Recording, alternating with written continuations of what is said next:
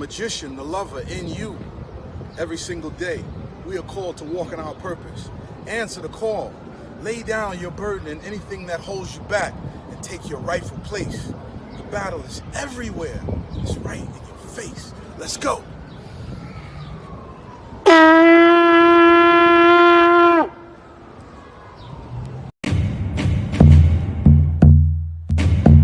Welcome to magnets, crystals, and pyramids. Success is your destiny. Yes. Love, wisdom, power. Remember, yes, always who you are. Yes, yes, I am. Love, wisdom, power. Yes, yes, I am. Love, yes, power. Yes, I am. Yes, I am. Love, wisdom, power. Yes, yes, I am. Love, wisdom, power. Master. Yes, I am. Yes, love, wisdom, power. Yes, I am. Say yes to yourself. Yes, I am. Yes, Family, I am here with a magical moment of young musicians. And this is Kim, Sister Kim, and she has a message about investing into the future musicians of our community. Sister Kim, tell us what you got here. Hi everyone, Kim, proud parent of children at the Big Apple Leadership Academy for the Arts. We teach HBCU high-stepping marching band to our kids from age 5 and up. It is a free after-school program, tuitionless, and it's open to all. Our kids are amazing. If you can, jump on our website. We're looking for support, donations. Our kids need new instruments so that they can high step on. Our website is www.bola.org, BALAA.org. And I appreciate the time. Thank you. Thank you so much. And so family, listen up close. We're talking about investing in the artists of tomorrow. By investing in them, if you have a little expendable change to invest in the youth, the genius, this is the opportunity. And in this description on this video will be the details of sending your donation to PayPal or Zelle or Cash App. Yes. Right? Yes. Okay. So thank you for your support. Our children are the future. Peace, everyone. Welcome. Welcome to another Moorish Monday with Abdullah Bey. It's so great. I always want to give a shout out to Brother Hank, who has had me on this platform since first Monday in December of 2023. Definitely. You'll see my website pretty soon strolling across the screen, morrisonmasonry.org. For my books, Moorish Masonry Part 1, Part 2, Etymology and Vocabulary, Submit 1, How a Moon and Venus Rule, and Masonic Compass Square, The Connection and Measurement of Timekeeping, as well as the Illuminati and the Illumination of Mind. Go to morrisandmasonry.org. I have a special guest for you tonight. I connected with this brother Shamil, about a week and a half ago. I saw what came across my Facebook timeline was a flyer. He and 3 other brothers are on the flyer. He was part of an event in North Carolina. And it intrigued me. And so I reached out to the brother through Messenger. He responded, connected, called me the next day. And I asked him, told him about this Moorish Monday platform, and asked him would he like to come on the platform. And he said, I'll be available the next time you have the Moorish Monday. So I'm excited. this is about reaching out, about networking, about connecting. As you know, we had the Moorish Political Unity Conference on May 18th here in Philadelphia. And you see you had a plethora of keynote speakers, panelists, as well as others who are still involved. So I want to, before we, Brother Shem Il, you bring up share your screen. I want you to tell the audience a little about yourself. Before we get started, today's topic, Hicks' topic is the birthplace of a prophet. The birthplace of a prophet. Yes, Brother Abdullah Bey. First, I want to say it's honor Islam to everyone. I'm excited to be here. I want to start off by giving all praise to Allah. Give honors to Prophet Noble Drew Ali, the founder of the Moorish Divine National Movement. I want to give honors to all those doing their part to uplift fallen humanity. Again, honors to you, Brother Abdullah Bey, for inviting me here. I want to give honors to the brother Hank Risen's son for the platform to allow Moorish Mondays to be here, and honors to everyone. So as far as the background of myself, I am a resident of North Carolina, specifically Durham, North Carolina. I'm originally from New York, born and raised. I'm a member of the Moorish Science Temple of America, located here in Durham. Honors to my temple family in Durham, North Carolina, New York, Philadelphia, and Delaware. And I've been a member of the temple since 2013. I'm also a published author. I authored and published several books pertaining to Moorish science, titles such as Who is Elohim, What is the Higher Self, Land of the Free, etc. I have a podcast, Masterminds with Brother Shem Il. I also have a YouTube channel, and I'm just about helping our people. I've always been someone who wanted to spread knowledge, and so that put me into a space where I dived into a lot of different topics, metaphysics, Moorish history. I'm also an initiate of the Murid Sufi order established by Sheikh Ahmadu Bamba. We're having, actually, just as a sidebar, we're having an event this Saturday in Durham, North Carolina. We have Sheikh Sufi Ba coming through. He will actually be there. I'm hosting the event. The title of it is called Moors and Sufism. So if you're in the area, definitely reach out to me either via Facebook or Instagram. But, that is just about spreading the knowledge. When I came across these teachings of Moorish science and really dived into it, I recognized the potential of what it has to change the state of our minds. And ever since then, I've just been on a mission to share what I learned. So that's why I'm here. So gratitude. Appreciate it. Excellent, brother. You're well accomplished, brother. Once again, I give honors to you for accepting my invitation to join me on Moorish Monday with Abdullah Bey.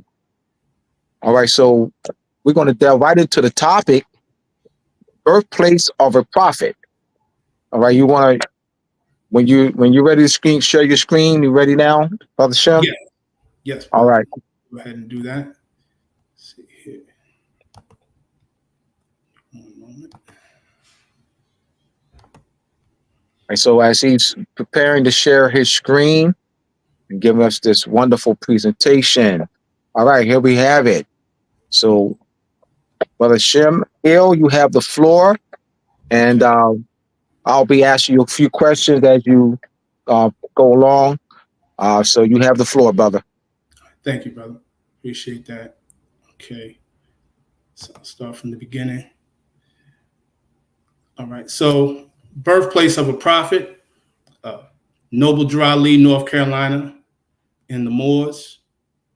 This is actually the actual presentation that I shared on that event that Brother Abdullah Bey mentioned about in North Carolina. The name of the event was called Sankofa. I want to give honors to the brother Jamal Vincent Bey out of Burlington, North Carolina. Honors to the other speakers, the brother James Shields, who's the curator of the location, the African American Cultural Arts and History Center in Burlington, as well as my Sheikh brother, Corey Alindi Ill.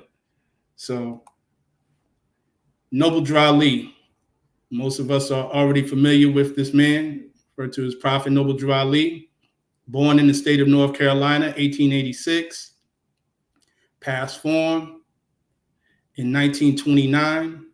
And the thing that I always do, because I've given lectures in various different places, I always ask people who seem like they're newcomers, I always ask, have they ever heard of Noble Drew Ali, particularly in North Carolina, because him being someone who was born in the state of North Carolina, as is mentioned, as listed in the Moorish questionnaire, where was Noble Drew Ali born in the state of North Carolina, 1886, recognize that most of our people, melanated people, are not aware of this man. He's kept a mystery to most of us. And so there's a reason for that. So I took that time, I'm taking this time to kind of dive in as to why that is, why the world is not, most of our people are not being told about him. So this is a quote of one of the quotes that many people say that he said in the oral statements. Quote, "Children, you are at home, and the European is 3,000 miles from home, and he is going to have to take some water." Now, the importance of this particular quote, as opposed to the other many quotes as it pertains to this subject, is that I wanted to bring home the point that we as Moors are indigenous to this land. That's not to disrespect our brothers and sisters in other parts of the world, be it the continent that they call Africa or elsewhere. But we have to be able, as Moors, to look into the records and realize where our history starts here, or our antiquity starts here. So Noble Drew Ali spoke to that. And right now we're in a day and time where a lot of our brothers and sisters are now talking about being indigenous, being of a certain tribe, this and that, which is all great. And I think it's important that we share with them, not debate, because it's not about a debate, because what I'm about to share is actually documented facts, but share with them how Noble Drew Ali spoke about this fact way back in the 1920s. And many people are already familiar with the story behind his birth. Many people say he was born in a Cherokee reservation. So we're going to dive into that. So that segues into the 1828 definition of American. And in this slide, it says, no Native American tribe looks the same. And of course, I use the term Native American. You can use indigenous tribe. It doesn't matter. In this context, I know there's a difference. But in the context of where I was giving in the presentation, in terms of focusing on the word American, because that's a common term people like to use, Native American. No tribe looks the same. And these are copper-colored races. There was many textures of hair. Some had straight hair, some had woolly hair, or you would say nappy, some had curly hair or swarthy. But underneath is the actual quote of the definition from the dictionary, which says American noun, a native of America, originally applied to the Aboriginals or copper-colored races found here by the Europeans, but now applied to the descendants of Europeans born in America. And that's taken from the 1828 Webster's Dictionary. Now, Of course, it says found here by the Europeans, I'm sorry. But the Europeans didn't find anything. They didn't discover anything, right? That's a falsehood. Columbus did not discover America. I can't go into your house, put a flag in the house and say I discovered your house. People already existed here. We existed here way before the European came on these shores.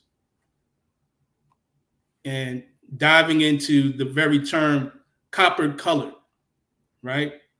If one of us was to pull out a penny and show it to put it on the skin of any of the ones who say that they are Native American, Indian, or even indigenous, whichever term they use, we would see which one is actually the true colored, copper colored, or copper tone, right? One, we know the color, color means anything that's been painted, stained, varnished, or dyed, but just in context of the definition, the 1828 definition of America. So we see on the left someone who would profess to be a Native American, and then someone on the right who the masses would say is a Negro, black, colored, or African American woman. And then you see in the middle the pennies. Well, the pennies are closer in tone to the sister on the right than it is to the one on the left. So obviously in 1828, and we have to keep in mind that in 1828, due to certain things such as the enslavement of our ancestors, the Europeans was more open to share things amongst each other in their books. So they didn't feel the need to hide certain things the way they're hiding things now. Pre-Columbian era, meaning the era of time before the one who they call Christopher Columbus, and that's not his real name, allegedly came to America. And I referenced the book by the late, great Ivan Van Sertima, The African Presence in Ancient America, that came before Columbus. There's many books that speak about us as melanated people, as Moors being here. The works of J.A. Rogers, can't forget him. But I just use this as one particular picture for people to see the image, to let it be known for those who are not familiar with the identity of Moor, being a Moor, that there is documentation that speaks about people that look like us that have been here way before the European. So I went and referenced, in the next slide, I referenced another book called The Melungeons. Now, remember, in this slide, I was focusing on, particularly on the state of North Carolina. I've done previous presentations where I covered other areas as well. This particular time, I'm focusing specifically on the state of North Carolina, because when you look into the records of the indigenous people and the people who were labeled Indians, because that's another label, it was replacing the word Moorish, then you find that these people throughout everywhere, they all have a reference to the term Moor in some way, shape, or form. And the Melungeons is just one of the examples. So this is a book by N. Brent Kennedy entitled The Melungeons, The Resurrection of a Proud People, an Untold Story of Ethnic Cleansing in America. Okay. And this is on page 119 of the Melungeons.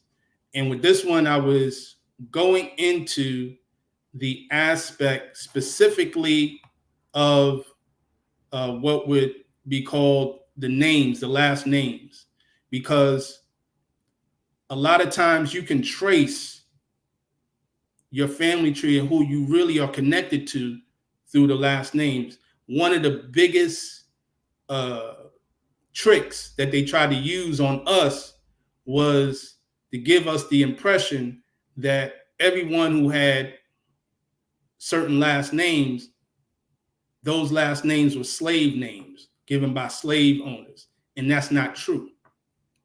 So in this case, this is an example.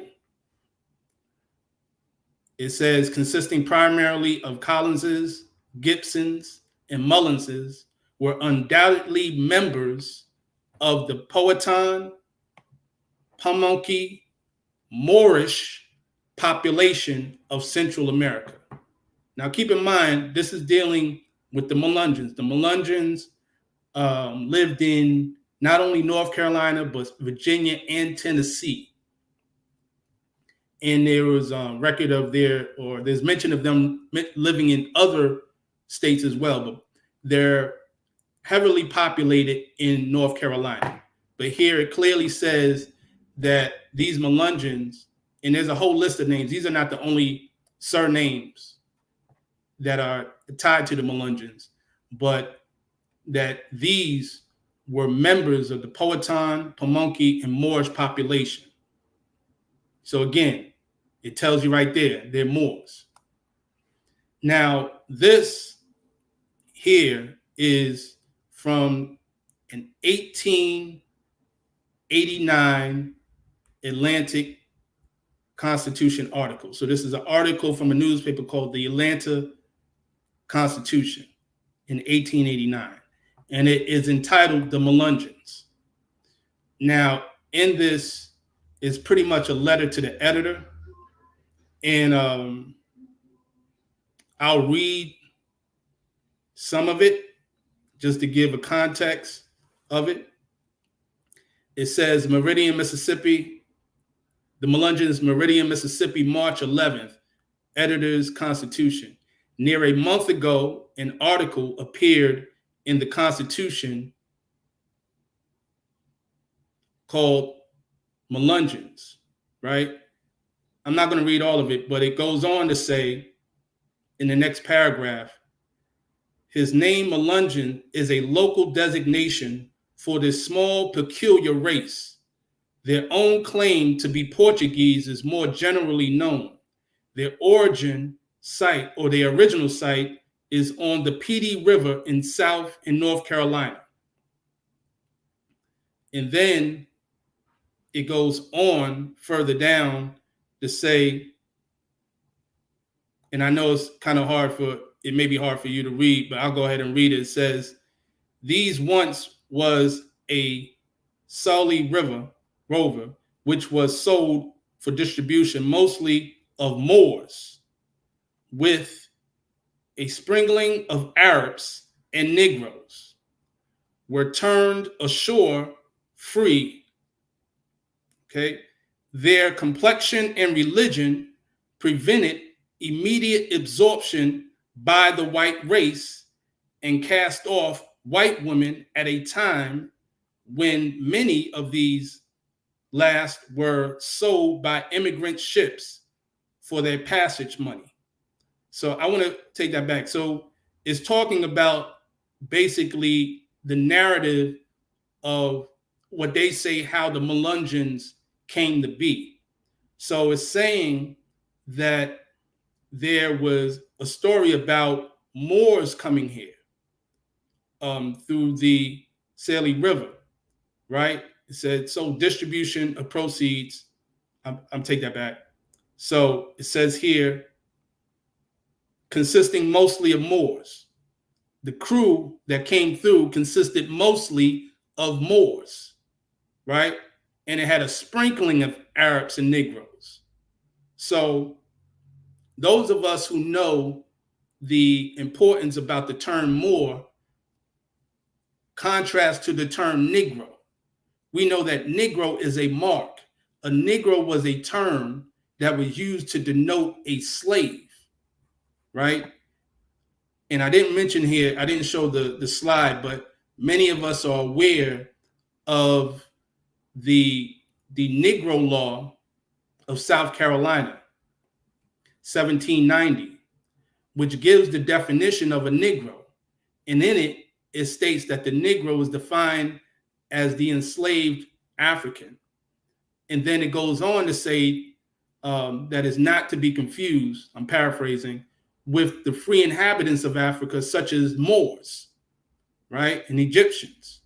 So there was always a clear distinction between one who was a Moor and one who was a Negro, right, which is why Prophet Noble Drew Ali said, can a man be a Negro, black, colored, or Ethiopian? No, right? So Negro is a slave status, which keeps you not even fully human.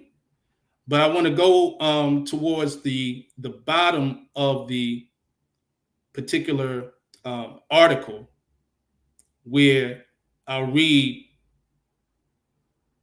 the last statement, where it says, he will find it sustained by the appearance of these people if he can find a few pure specimens, their physical structure, their hair, their teeth, and general features, though every trace of their Muslim religion and North African dialect may be long lost. So the reason why I want to focus on that is because it specified that these were Moors and these were Muslims. It specifically says every trace of their Muslim religion and North African dialect may have been long lost. So he's saying these Moors still have the features of the Moors on the other side, but they lost knowledge, or they discontinued the practice of their Muslim religion, right? Again, emphasizing what Prophet Noble Drew Ali did when he said, what is your religion? Islamism. Is that a new, or is that the old time religion? Old time religion. We're not talking about a religion that dates back 1400 years ago with Muhammad. We're talking about a way of life that goes way before that. Because even in the questionnaire, the question is asked, how old is our flag, right? Some say over 10,000 years, some say over 50,000 years. So I'll say over 50,000 years. So that record speaks to us in our existence and our civilization, where we've always been the original people of this planet and on every part of the globe. So this particular map was taken from a particular document, or book, I should say, publication. But in it, it speaks about what they call the triracial groups. This one is dated in 1953. Racial mixtures in Eastern United States. And if you see underneath the localities of mixed blood populations, you'll see the term Moors over there by Delaware, the Delaware Moors, Nanticotes. You'll see Croatans, Melungeons, Cajuns, Red Bones, Creoles. Something interesting here in North Carolina, you'll see it says Cubans. I thought Cubans were from Cuba, right? And we know the Cubans are Moors, Moros. So it's telling you all throughout here that these people, that they threw this label called mixed blood. And that's just another misnomer to throw us off, to make it seem as if these people don't belong here, when really this is us, the Moors, who existed before the European, already here. So I wanted to just show that this particular map, just to kind of show you some of the names that are used and how they try to throw it off by using the term mixed blood, as if they're not mixed. But This right here is speaking an 1897 letter from James Mooney, right? And in this particular letter, this is from the Smithsonian Institute, Bureau of American Ethnology, dated June 10th, 1897, right? And in it, he is speaking about, I know it has script in it, and you're not able to actually read it, but what I want to kind of bring home to it is the fact that it's speaking about the Moors. It's speaking about specifically the aspect of the terms. One of the things it says here, it says Croatans, Red Bones, Melungeons, Moors, Portuguese is all local names for a mixed Indian race, right? So that term, which is in script, it used the term Moors again. So it keeps referring back to Moors, and this is in 1897. And these were in reference to those groups in North Carolina, right? So I wanted to kind of get that in context. This right here is a page from a book called Handbook of American Indians. This is also from the Smithsonian Institute, Bureau of American Ethnology. So the Bureau of American Ethnology means that it is the study of the ethnic groups in America. It's not a study of the Europeans who came into America. It's a study of the indigenous people who actually occupied this land first. So they put out a book, and this book is actually was put out in 1907. It's called The Handbook of American Indians North of Mexico, Part 1. In this book, on page 940, Moors, the term Moors is defined. Now, I brought that to the attention because, again, many people like to say that Moors have nothing to do with the indigenous people. But yet, in their records, they're telling you all of these terms are used to speak about the indigenous people in America. So in there, it speaks about Moors. If Moors had nothing to do with the indigenous people, they would not use it as one of the words to define. And in it, on the left column, where you see Moors, which is the second entry, it says Moors, see Croatan or Croatan Indians, right? So it's telling you, when you look up the word Moor, you're supposed to look up Croatan Indians. So that means that anything that you read about that pertains to the Croatan pertains to Moors, because the Croatan Indians are the Moors. That's the original word, name for them. So when you go to look up Croatan, page 365, it will tell you,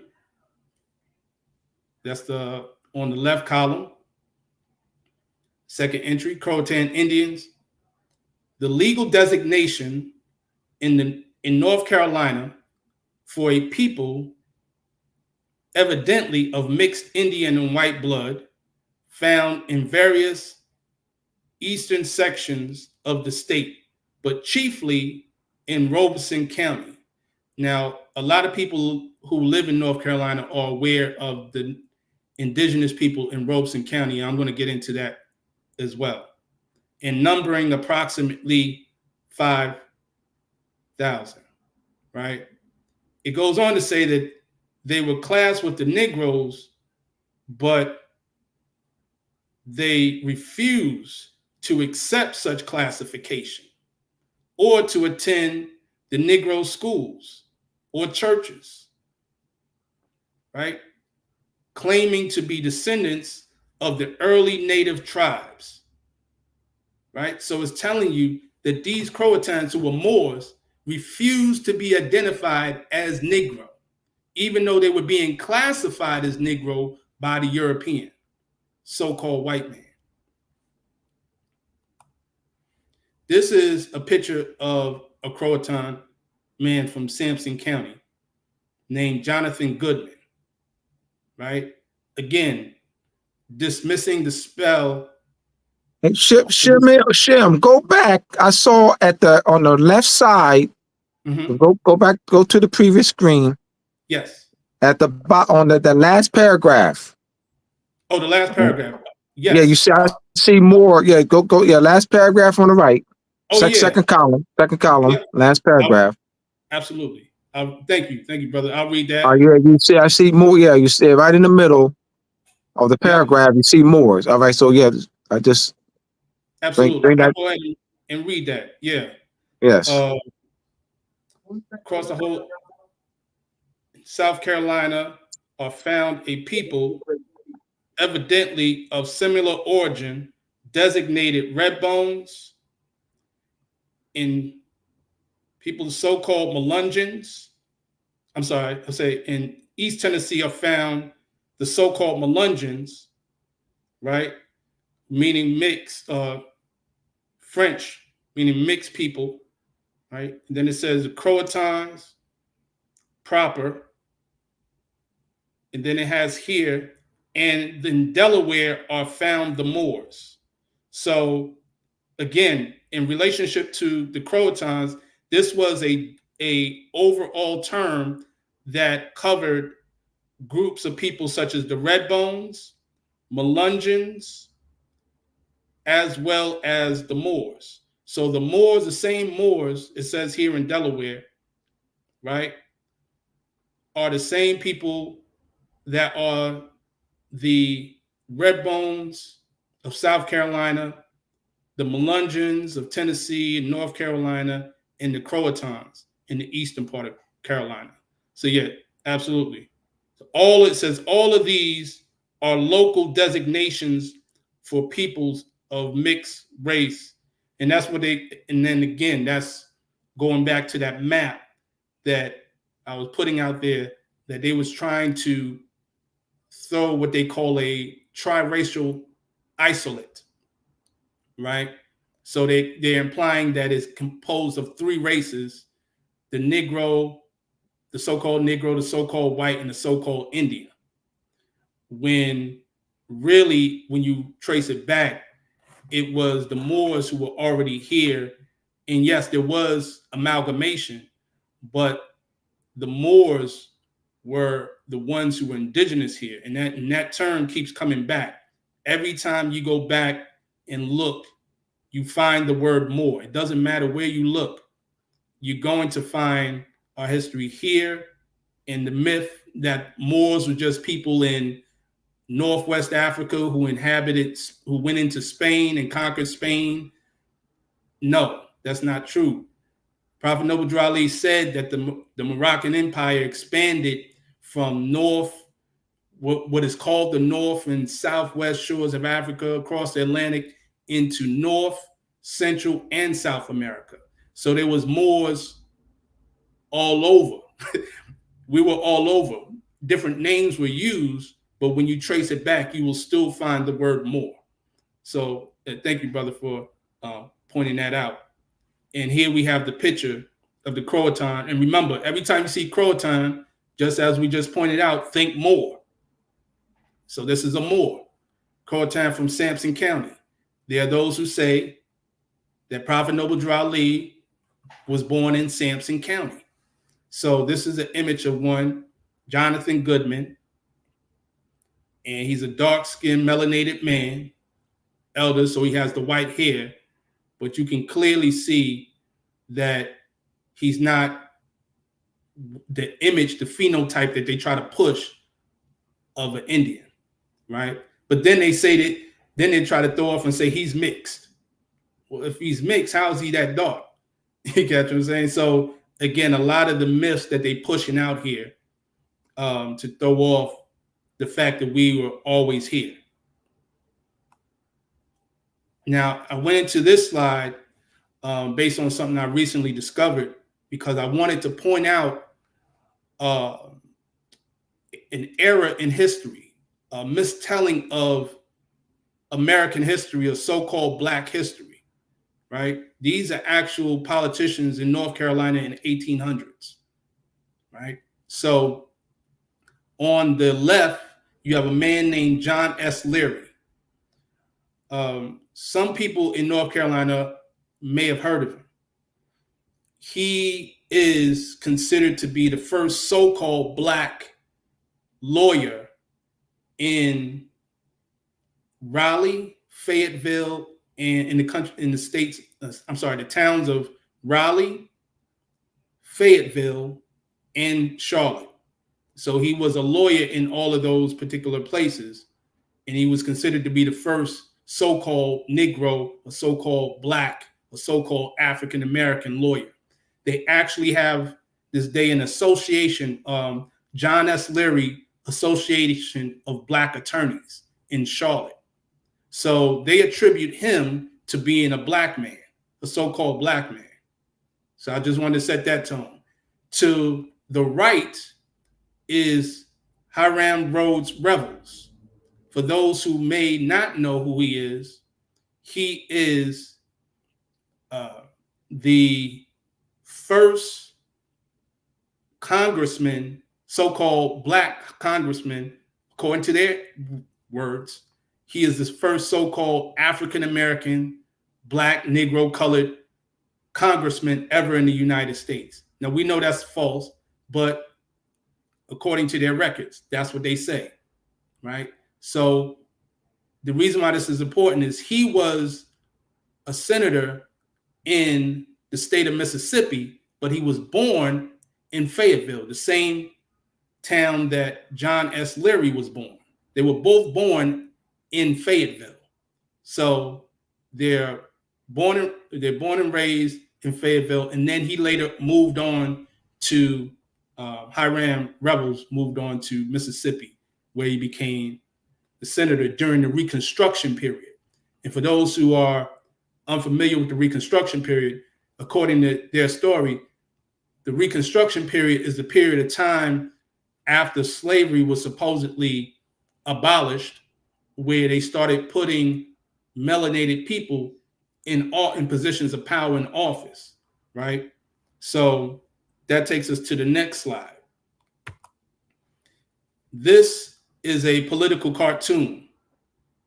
This political cartoon, which was put out in 1870, is from a publication called Harper's Weekly, which was a political publication. Now, you see this European draped with a cloak on or robe, and he has this funny looking hat, right? Looking like Peter Pan or something. And then to the right, you see this dark-skinned melanated man sitting in the seat, and all these Europeans are looking at him or coming to him. It looks like they're coming to him for counsel. But what you see underneath is revealing. Now, remember, this was put out in 1870. Underneath it says the following: time works wonders. Iago, and in parentheses, it says Jeff Davis, which is short for Jefferson Davis. This man right here that they show with the cloak on is a depiction of Jefferson Davis. The man in the seat is a depiction of Hiram Revels. Jefferson Davis was originally the senator prior to Hiram Revels of Mississippi. He was removed by Hiram and replaced with Hiram Revels. So this is what it says: Iago, Jeff Davis, quote, "For that I do suspect the lusty Moor have leaped unto my seat." Right? Again, for that I do suspect the lusty Moor have leaped unto my seat. The thought whispered doeth like a poisonous mineral null. Apologies, I can't. Inwards. Right? Where, okay, yeah. Thought whereof doeth like a poisonous mineral null inwards. And that's from Othello. Okay, this is a quote. So basically, just to give you the context. Before inward is my inward. My inward, yes. Yeah, my thank inward. You, thank you. No, my inwards, yeah.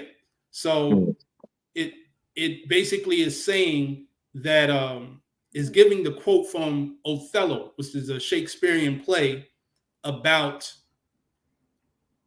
this person, this European who represents Iago, the European, being jealous and having contempt for the Moor.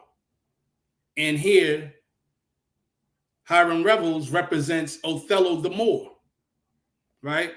I do suspect the lusty Moor have leaped unto my seat. So here is telling you that this man is a Moor. There's no mistake. They didn't have, it wasn't unclear as to who the Moors are, right? So, and even in that context, you see this Moor in a state of authority, right? Which means that they recognize if he was in shackles, they wouldn't have said the Moor, he would be the Negro. But him being in a position, that's why we always speak about that identity of being a Moor. It's a noble status to it because the Moors were the rulers. We once ruled. So, let's address their scholars. For Noko Rashidi is one of them.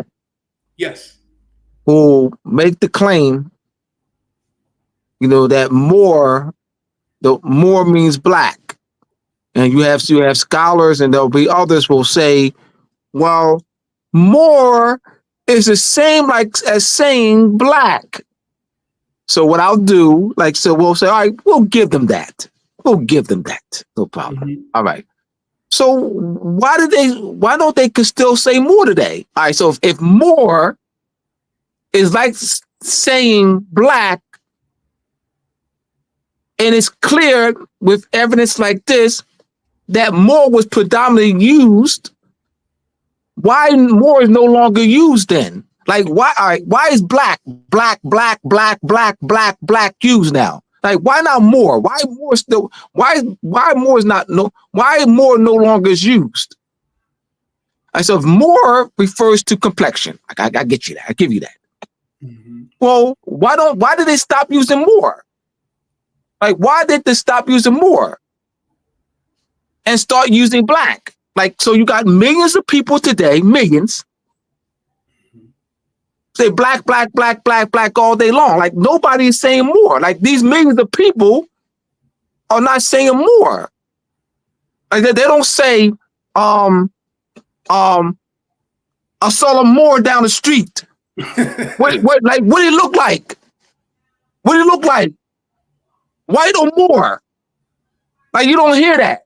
You don't say, look at me. Look at me. I'm a Moor. Look at me. I'm a Moor. You don't see so sometimes I'll give people that and say, cause so you go along with that, no problem. So, but why black today though? And why not Moor? Cause they'll try to dismiss, it's like saying black. All right. But you're clearly showing that Moor was predominantly used. Even in the you have the Geneva Bible, the 1560 Geneva Bible. In the 1560 Geneva Bible, and about 12 or 13 verses, Jeremiah 30, 10, and others about 13 verses. So here, black Moor. B-L-A-C-K, lowercase b, L-A-C-K-E, space, uppercase M, O-R-E. That's the 1560 Geneva Bible.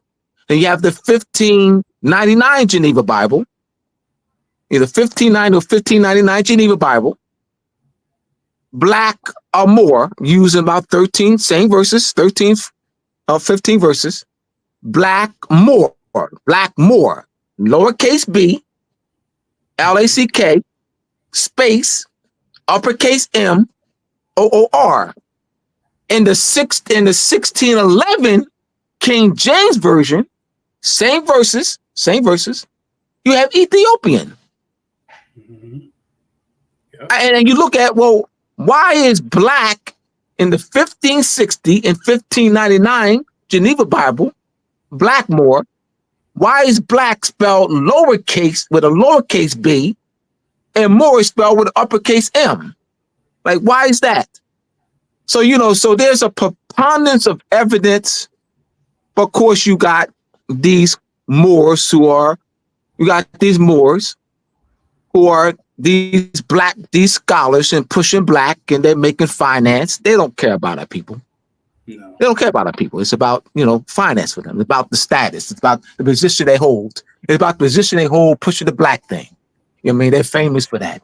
Cornell West, race matters. You know what I mean? They're famous for that. You know what I mean? That's right. They make their living with that. You know what I mean? They carve their, niche with that. So it's not about, learning about, true discourse. It's about their coins. It's about their pockets.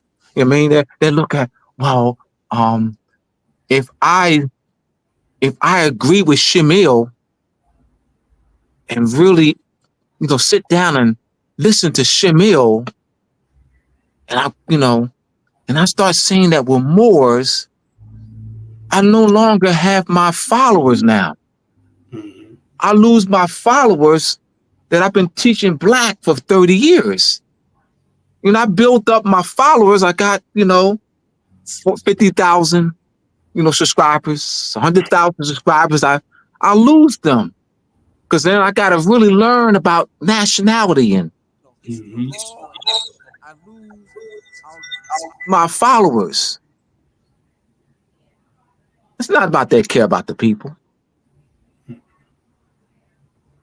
No, not at all. Not at all.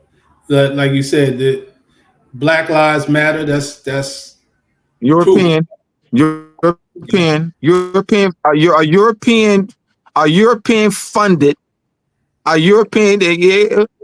established by a sister, but funded by whom? Established by a sister, funded by whom? European. There you go.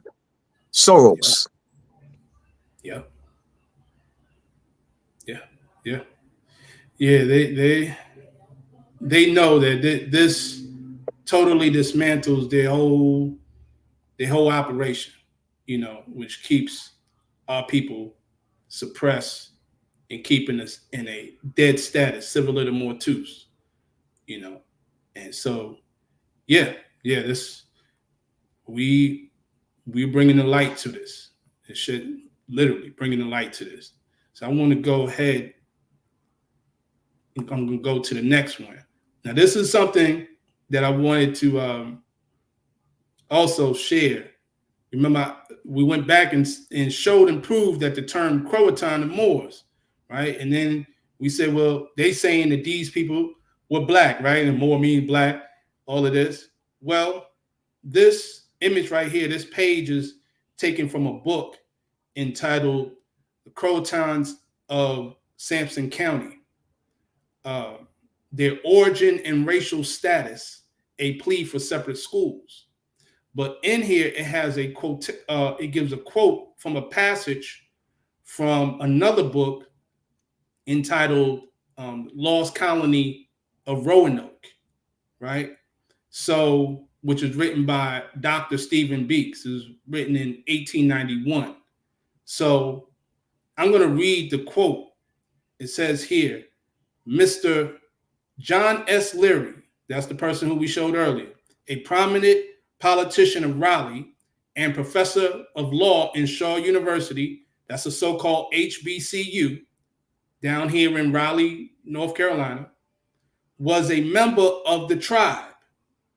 They're speaking about the Croatan tribe. They're saying this man was a member of the tribe and one of their number has reached the Senate of the United States for the Honorable Hiram R. Revels, who was born in Fayetteville, North Carolina in 1822 and who was a senator from Mississippi in 1870 to 1871, is not a Negro, but a Croatan Indian.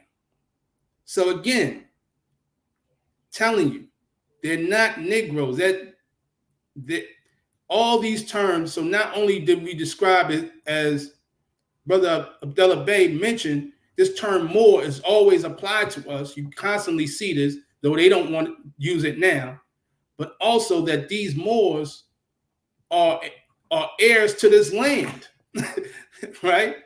They know that. And we're going to go deep into, actually, I'm going to show you a letter that proves that. What I mean by that, when I say we're heirs to this land, this is our land. This was by Dr. Stephen B. Weeks, 1891.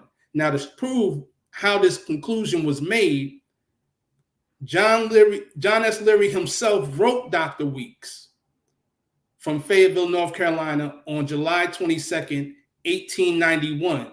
And this is a quote, an excerpt from that letter. It says, quote, "Quite a number who were connected with the Croatans in Robeson County left the state at different times. Senator Hiram R. Revels, his brother, Willis B., and Absalom, and 2 sisters. My father's mother was a Revel and born in Robeson County, was second cousin to Hiram." So not only did John S. Leary say that he was a member, he was Croatan, but he said Senator Hiram Revels is second cousin to him, and he's part of the tribe. So you get it right proverbially from the proverbial horse's mouth right there. So it's not somebody else saying that these people are Croatans. They themselves are letting it be known who they are. But if you were to ask if they know anything about a little bit about them, they say, oh, well, they're black, they're African American. No, they never even, we just read, they wouldn't even identify with the term Negro. They refuse to go to their schools. So that just lets you know how this history has been covered up. So dealing with the land, Cherokees, formerly known as Croatans. So remember, I said that it has been said that Prophet Noble Drew Ali was born in a Cherokee reservation. So this is a transcript of a letter of transmittal. All of this you can look up. Everything I'm showing today on this PowerPoint presentation can be researched. Okay, this letter of transmittal came from the Department of the Interior, Washington, D.C., January 4th, 1915. It's addressed to the President of the Senate. Another way of saying Vice President, the President of the Senate.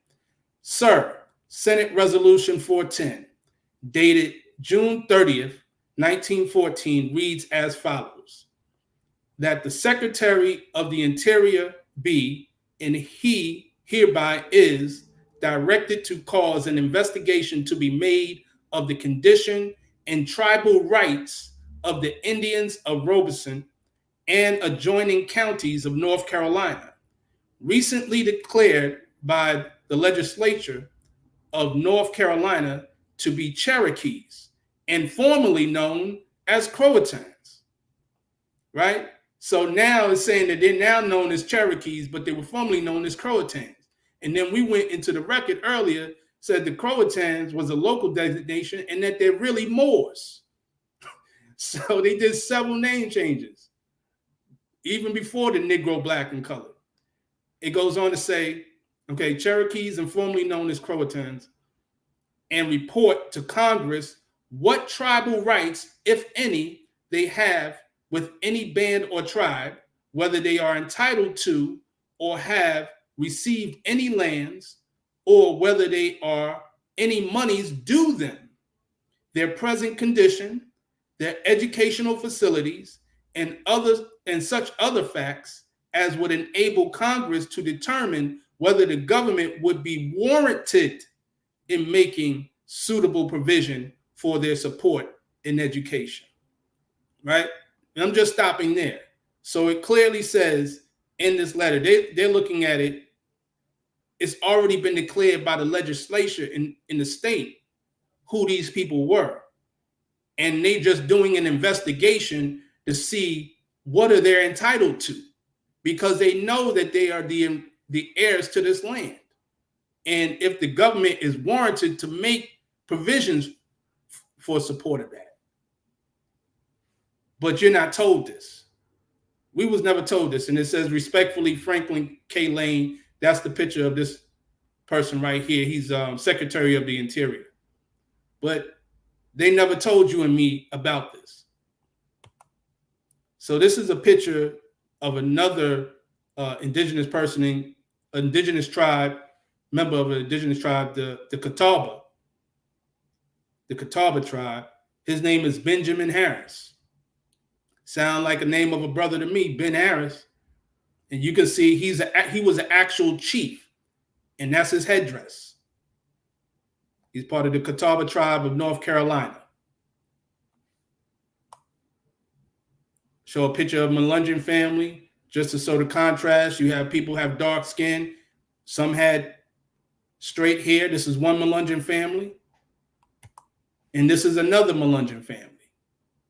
Dark skin, and then they have the woolly hair, right? The coarse hair. So again, let me address the straight hair. yes. When I take my hair out, and I got braids, and I take my hair out, if I take the braids out and I comb it, it can be straight. I can make my hair straight. Like when I take my hair out, it's kinky, kinky, But if I comb it, just comb it. I'm not talking about iron. Just comb the hair. It's straight. So I just want to just bring to attention. Is the hair straight? Or it's just combed? That's a great point. Absolutely. That's all. I mean, because I can, my hair, just comb it, just go and just comb that way. Because I looked at seeing pictures like this for the past 31 years, and I'm looking at it and I'm like, wow.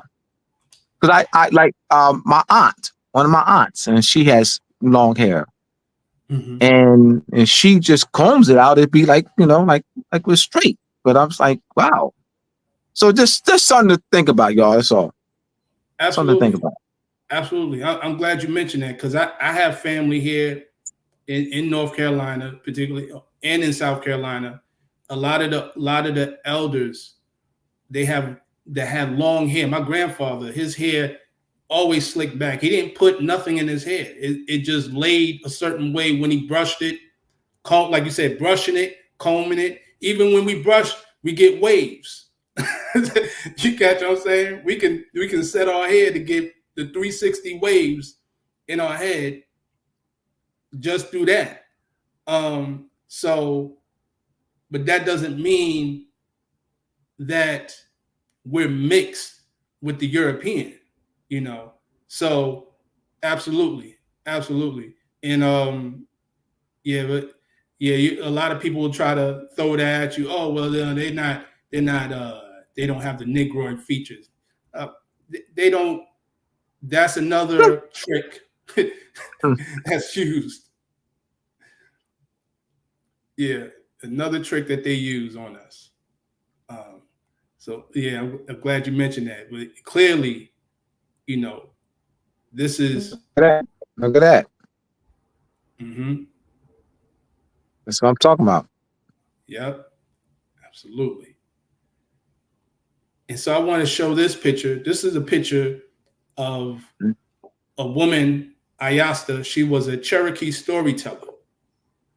She in the Cherokee and in other tribes, they had people, many of them were women, matriarchs, who told the stories and kept the oral history of the tribe. She was one of the oldest living storytellers. She was a storyteller from the years of 1887 to 1890. And she is from North Carolina, right? And it said, if you look at the features, like that looks like an elder in my family. This doesn't look dark skin, high cheekbones, broad nose. If you just look at the features, you would never say that looks like the image that they try to put on us to be, which is nothing more than the $5 Indian that they try to put us to think that that's the original people. No, this is full-blooded. She's full-blooded Cherokee, original. Now that's in 1800s. This woman still lives today. She is also a storyteller. Look at the last name, Moore. Ramona Moore. She's of the Tuscarora tribe here in North Carolina. She actually lives in Charlotte, North Carolina. She still goes around and continues the tradition. She's a storyteller for the Tuscarora tribe. You can look her up online as well. She goes by a tribal name, Ramona Big Eagle. That's a black and white picture. And this is a color picture of her with her family. All of them are Tuscarora.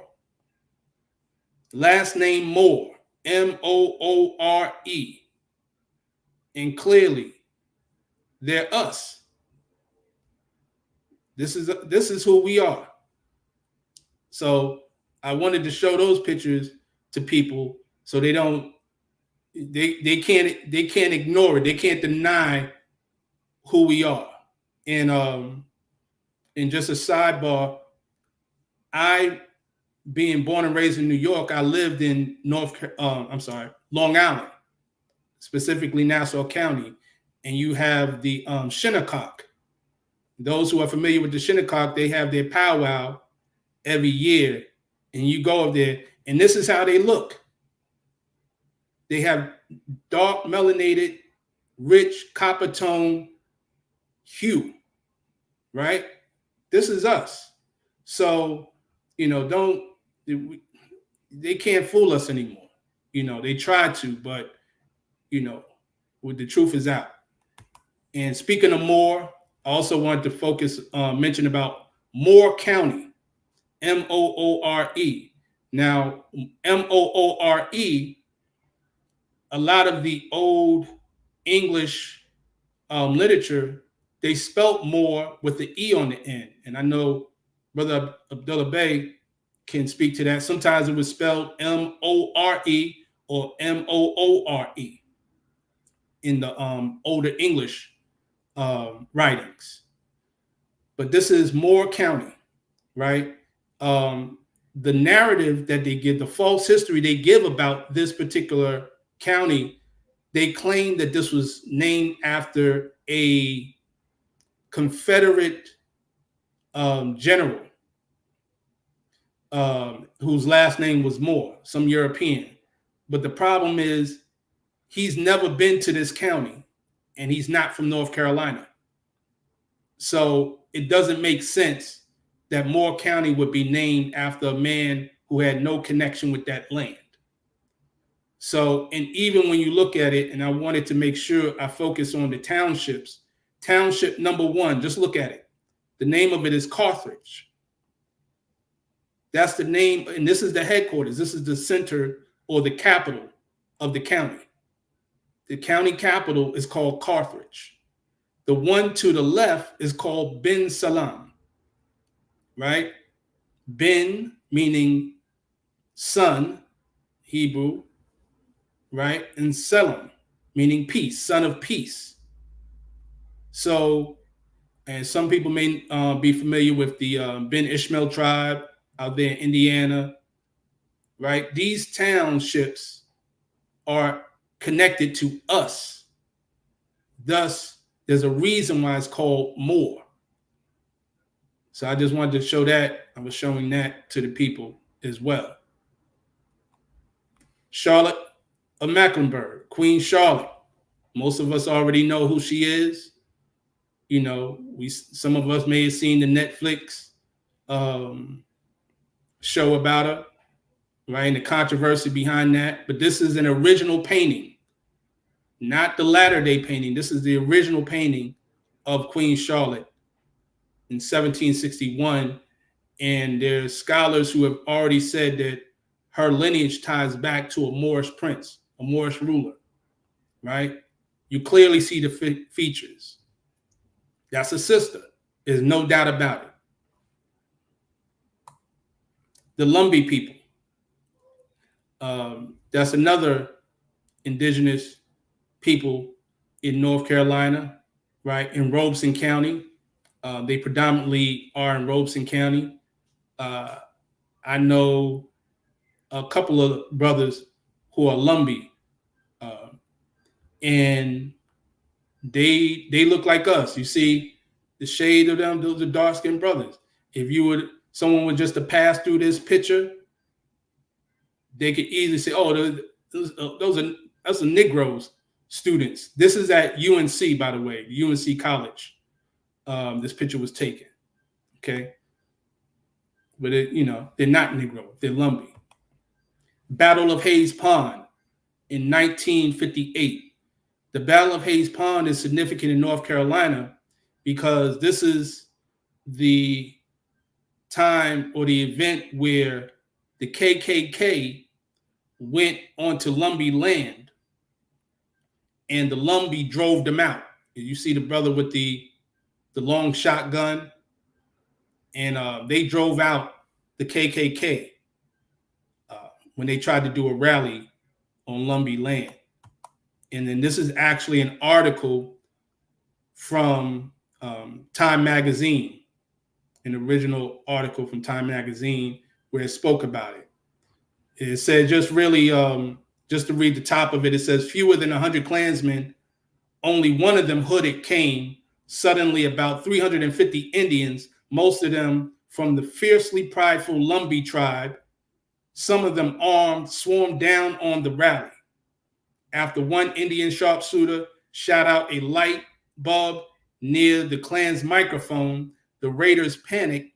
The Klansmen and several hundred curiosity seekers, with the hand-to-hand scuffling shown here, and a noisy but largely innocuous barrage of shots, right?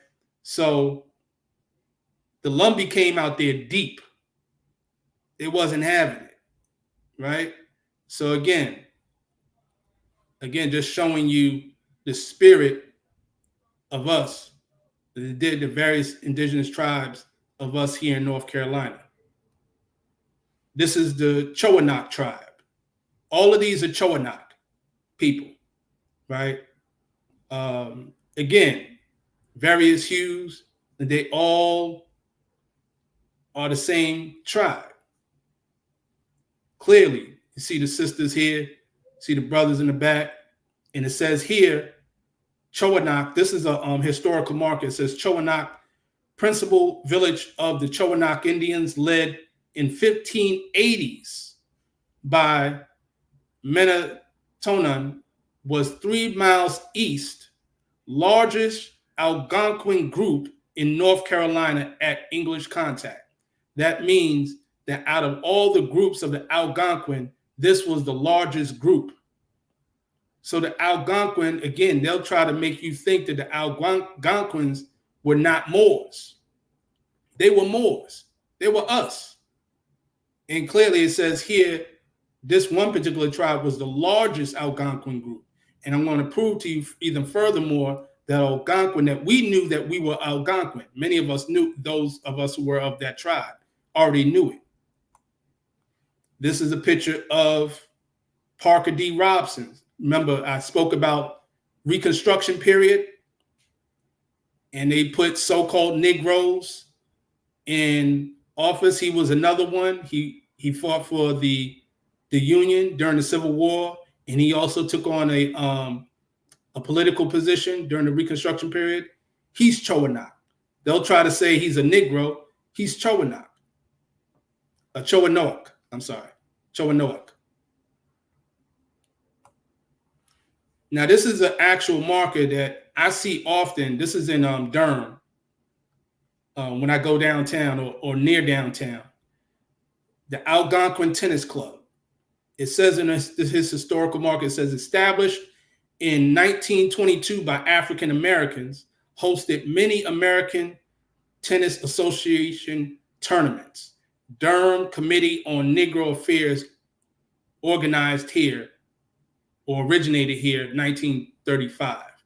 Now, of course, this is a latter-day marker, so we know in 1922 they wasn't calling themselves African Americans, but they wasn't calling themselves Negro either. It says here, Negro Affairs in 1935. This was established in 1922. They called it the Algonquin Tennis Club. They didn't call it the Negro Tennis Club, the Colored Tennis Club, the Black Tennis Club, the Ethiopian Tennis Club. They call it the Algonquin Tennis Club, which, by the way, is the same club that the late tennis pro Arthur Ashe went to. So those of you who may be familiar with Arthur Ashe, a brother who broke barriers in the game of tennis, he was a part of the Algonquin Tennis Club. There's actually, you can actually see in one of the community centers down here in Durham, you see a picture of him. He was part of Algonquin Tennis Club. Our people knew who we were. We knew we were Algonquin, Chowanoak, Croatan, Lumbee. We knew this. We didn't use these terms. But what you're going to see, I'm going to show you how they forced us, some of us, to take on these terms that allude to slavery. This sister is living right now. She's an actual chief. She's a chief of the Roanoke Hatteras tribe of Algonquin Nation. Her name is Chief Marilyn Berry Morrison. Again, that Moore. Marilyn Berry Morrison. The Roanoke Hatteras tribe is a tribe on the eastern coast. So you're looking at Havelock, Wilmington, Jacksonville, New Bern, that area, for those who are familiar with the eastern coast of North Carolina. So here she is in her indigenous regalia, her crown, and she has a display showing the heritage and culture and the traditions, and she's showing pictures, historical pictures of her people. So something interesting she said. She said they killed us on paper. This is an excerpt from an article on a online magazine called Coastal Review, and I'll read it. It says, the 1940 census lists Captain Joe Berry and his family members each as Negro, including son Wheeler C. Berry, Morrison's uncle, who would later become a Roanoke Hatteras tribe elder. But racial categories eliminated indigenous people as effectively as the many other government-sanctioned means, including the Trail of Tears employed for this purpose. In Morrison's father's, Joseph Berry's family, quote, prior to the 1900s, every member in his father's and mother's household was listed as white, and then they changed it to black, end quote. Morrison's older sisters told her. So here it's saying that they were listed as white, then it was changed to black. Well, I thought white, they telling us white and black are colors. Color relate to your color of the skin. No, it's not. It's status. It tells you prior to the 1900s, they were listed as white. They were not listed as black because black is a slave status. It's similar to Mortus. Then they changed it to black. So it goes on in the last paragraph, she says, quote, Believe it or not, on my mom's wedding certificate, it says she was white, Morrison said. It says in her early years, she was mulatto, and then she became black. So when we ask genealogists to work with us, they are ready to tell us, oh, well, you aren't Indian. How can they tell me who my ancestors are when I know who I am? That's another way they killed us on paper. The records are not correct. So here is clearly telling you she spilled the beans. She exposed it. Early records, because they knew about status, they would use the term white.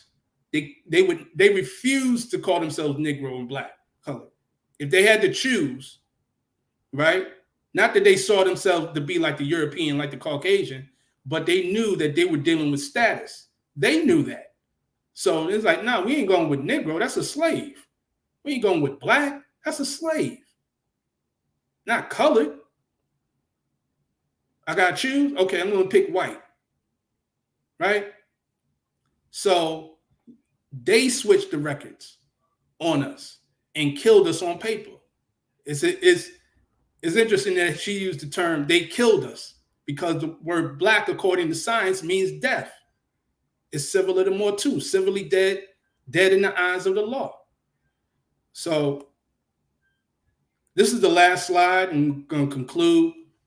This is, of course, the More Science Simple America. This is a picture of the first annual convention of More Science Simple America. You see Prophet Noble Drew Ali up front and center with these Moors. And you can tell they're proud people, recognizing who they are, right? They know that they're not Negro, black, or colored. He came teaching us this. We always have to give honors to Prophet Noble Drew Ali because he came telling us about our nationality and our birthrights. All the other subsequent people after that who were speaking about it have to recognize that he was the one who first told us what our nationality was. It was not for those of us who had the nationality taken away from them. So we recognize this man who was born in the state of North Carolina as being the one responsible for spearheading a movement where we can be proud to say that we are Moors. We are not these terms that delude to slavery, and we can get back and proclaim our nationality and truly be who we really are.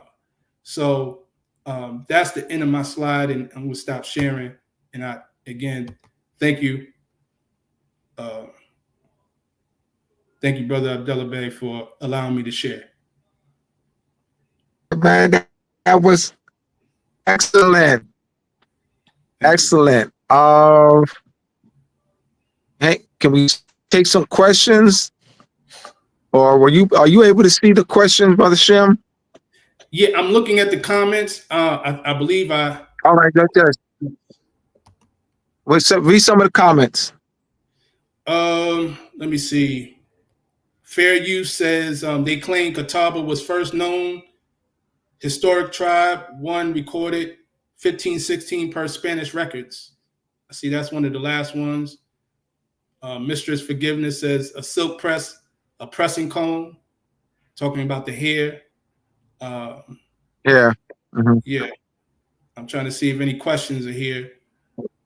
Oh, where are they got hiding? The pressing of the hair. Yeah, that's what I'm saying. So they're looking at the pictures and see straight hair. We got, like I said, you gotta analyze that. Yeah, absolutely. Mm-hmm. Absolutely. Definitely. What was the name before Indian? That's the question that's asked. More. So more. That's it. 1621 was when they substituted more with Indian. That's right. Absolutely. Yeah, it's just another mark that they put on us to take us away from recognizing who we are, knowing who we really are. Absolutely. Mm-hmm. See if any other questions. me see a new comment. Okay. Mm-hmm. It says here, okay, peace more. I was thinking about the Moon-eyed people. They were in the mountain areas that was affected by the hurricane. Okay. Let me see here. I'm trying to see. So, okay, for those of us born in the Caribbean, how do we establish our nationality as Moors? That's a great question. By right Let me let me address that there. In 1685, 1685, they have the Code Noir. Code Noir is Noir. Code Noir was applied in the Caribbean by the French in 1685. So there also it was stripping, so they governed, the French governed our people in the Caribbean under the Code Noir. So how do we establish? Well, it's not a if you talk about, because we're Moors by consequently. So you're talking about a political recognition, a political recognition.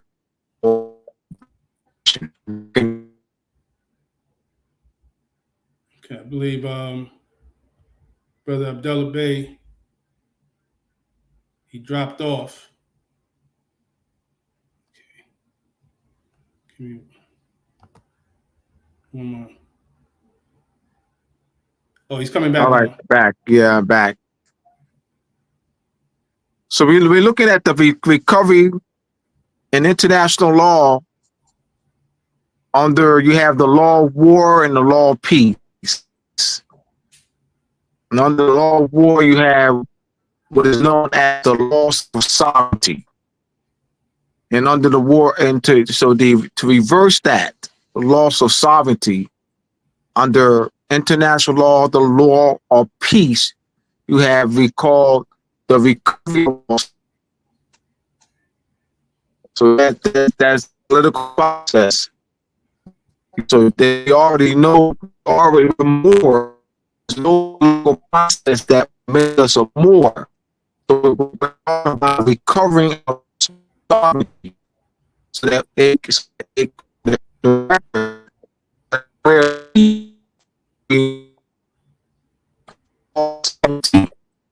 and more political unity. So that is very important. So this is being on the road to recover our lost sovereignty. Having presentation like this, networking. Yes, Brother Hank. Sound is dropping, man. We can't make out what All you're right, so saying. any other questions or comments? Yeah, Brother Abdullah Bey, you were. I didn't want to be too. I didn't want to be too lengthy with the answer. Okay, he dropped off. Okay, I'm gonna. He's having a connection issue. Family, let me see if I can. I thought there was another question further up. Yahya Kamara asked the question: what groups of Moors was there in Northern Carolina in the years 1680s? So, again, the Algonquin Moors were there, as you mentioned, going back all the way to the 1500s. And again, you're dealing with groups. The Croatan all these were like local designations for the same people, basically. So you had the Catawba, you have the Tuscarora, you have the Cherokee. We know the Cherokee or the Croatan, and then you have the Lumbee. Then you also have Catawba, Melungeons. I mentioned about the Melungeons, but the main ones were, again, those Algonquin groups, Algonquins, Catawba, and also the Croatan. So the Croatan in the eastern part, mostly in eastern North Carolina, was heavy. And then further on, as you get west, you get the other groups as well. So absolutely. So I hope that answers your question. Hopefully the brother will be able to jump back on. I appreciate everyone for being on. Okay, here he is. Yeah, thank you, Brother Shem. We're gonna wrap this up. Yes, For being my guest. We're definitely gonna have you back, brother. This was excellent. Excellent. Can I be heard? I'm still not breaking up. Yeah, so clear now. I'm clear now. All right. So we see them below, be like all night long.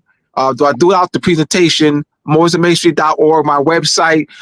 Give your information again, brother Shem. Yes. For those who are interested in checking me out, I got a website, shemel.com. That's SHEM-EL.com. You can also check me out on Facebook. Just type up my name, Shemel, Instagram, and my YouTube channel. I have a YouTube channel, Shemel as well. So check me out. I appreciate you. All right. Thank you, everyone. Once again, don't forget to hit the like. Also share and all other videos on the platform. This is Magna Pyramid. All right. Thank you, everyone. Peace, everyone. Peace.